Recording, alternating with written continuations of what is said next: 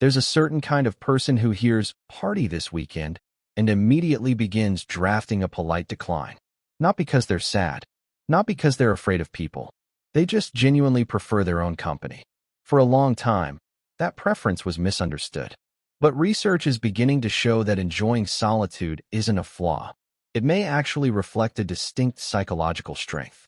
We've historically blurred important distinctions. Anyone who didn't crave constant social interaction was labeled introverted, withdrawn, even antisocial. That last term especially carried a harsh implication, as if preferring a quiet night alone hinted at something dark or dysfunctional. But newer psychological research has challenged that assumption. In 2016, researchers at the University at Buffalo explored a possibility that had been largely overlooked. What if some people choose solitude simply because they like it? Not out of fear, not because of social failure, but because being alone genuinely feels restorative. They used the term unsociability to describe this pattern. That's different from antisocial behavior, which involves hostility or disregard for others. It's also different from avoidance rooted in anxiety. Unsociability refers to a calm, voluntary preference for solitude. When researchers examined individuals who scored high in this trait, the findings were surprising. These people weren't struggling. In many cases, they were thriving. Part of the explanation lies in how their brains process stimulation. Social interaction triggers dopamine release, the neurotransmitter linked to reward and motivation. Highly social individuals often need substantial stimulation to feel energized. Lively conversations, group dynamics, shared excitement. But people who prefer solitude tend to reach their optimal stimulation level much faster.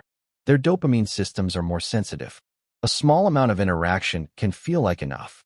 Beyond that point, additional stimulation becomes draining rather than rewarding. An easy analogy is spice tolerance. Some people need intense heat to taste anything at all. Others find a mild sprinkle more than sufficient. Neither is better. It's simply variation in sensitivity. Neuroscience adds another layer. The prefrontal cortex, the region involved in reflection, planning, and complex thinking, often shows increased activation during periods of solitude. For those who enjoy being alone, that quiet space isn't empty. It's mentally active. Solitude becomes fertile ground for introspection, creativity, and idea formation. Studies on creativity consistently show that breakthroughs rarely occur in noisy brainstorming sessions. They often emerge in moments of quiet, during a solitary walk, in the shower, or late at night when distractions fade. Many influential thinkers did their most important work alone. The broader point isn't about idolizing famous figures. It's about recognizing that innovation frequently grows from uninterrupted internal space. However, before claiming solitude as a personality badge, there's an important distinction to consider. Are you choosing to be alone, or are you retreating to avoid something? Healthy solitude and defensive isolation can look similar from the outside. Psychologist Abraham Maslow argued that healthy development involves moving toward growth rather than away from fear.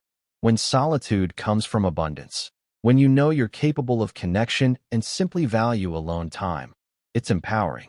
But when it's driven by fear of rejection or discomfort with vulnerability, it may function as protection. The difference often shows up in language. If being alone feels recharging, creative, clarifying, that's typically a voluntary preference. If it feels safer, less risky, less painful, that might signal unresolved wounds. Neither scenario is shameful, but self-awareness matters. For those who genuinely flourish in solitude, something important has shifted internally. They've rejected the cultural narrative that human beings are incomplete until paired. Phrases like, "you complete me," reinforce the idea that we are searching for missing pieces.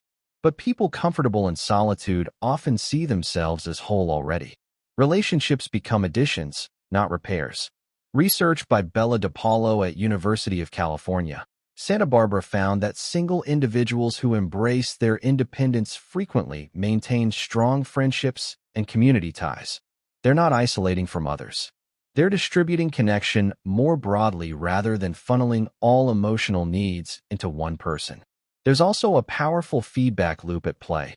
The quality of your solitude shapes the quality of your relationships. When you've spent time reflecting, recharging, and regulating yourself, you enter social interactions with clarity instead of depletion. You're less likely to seek validation, cling to reassurance, or project unmet needs onto others. Solitude, in that sense, strengthens connection rather than weakening it. Cultural context influences how this preference is perceived. In Japan, the concept of hitori, intentional time alone, is widely normalized. Solo dining, private karaoke booths, and single seating spaces are designed without stigma. Being alone isn't treated as evidence of social deficiency. It's simply another mode of living. Contrast that with many Western settings, where eating alone can still prompt curiosity or pity. The difference reflects cultural attitudes more than psychological truth. In today's hyper-connected world, the ability to enjoy one's own company may be quietly radical. We're surrounded by constant notifications, immediate responses, and expectations of availability. Choosing disconnection, even temporarily, requires confidence. It means tolerating silence without rushing to fill it. Still, balance matters. A healthy relationship with solitude includes the capacity for connection. Ask yourself, can you reach out when you want to? Do you have people you trust? Are you comfortable being seen? Solitude is healthiest when it's chosen freely, not when it functions as armor. If someone questions why you prefer staying home instead of attending every gathering, you don't need to justify yourself with neuroscience. You could mention dopamine sensitivity or cognitive processing differences. You could cite research. Or you could simply say you enjoy your own company. Ultimately, that's what this comes down to. Enjoying solitude doesn't mean you're lonely. Loneliness is painful disconnection. Solitude can be nourishing presence with yourself. One is deprivation. The other is intentional space. Understanding that distinction changes everything.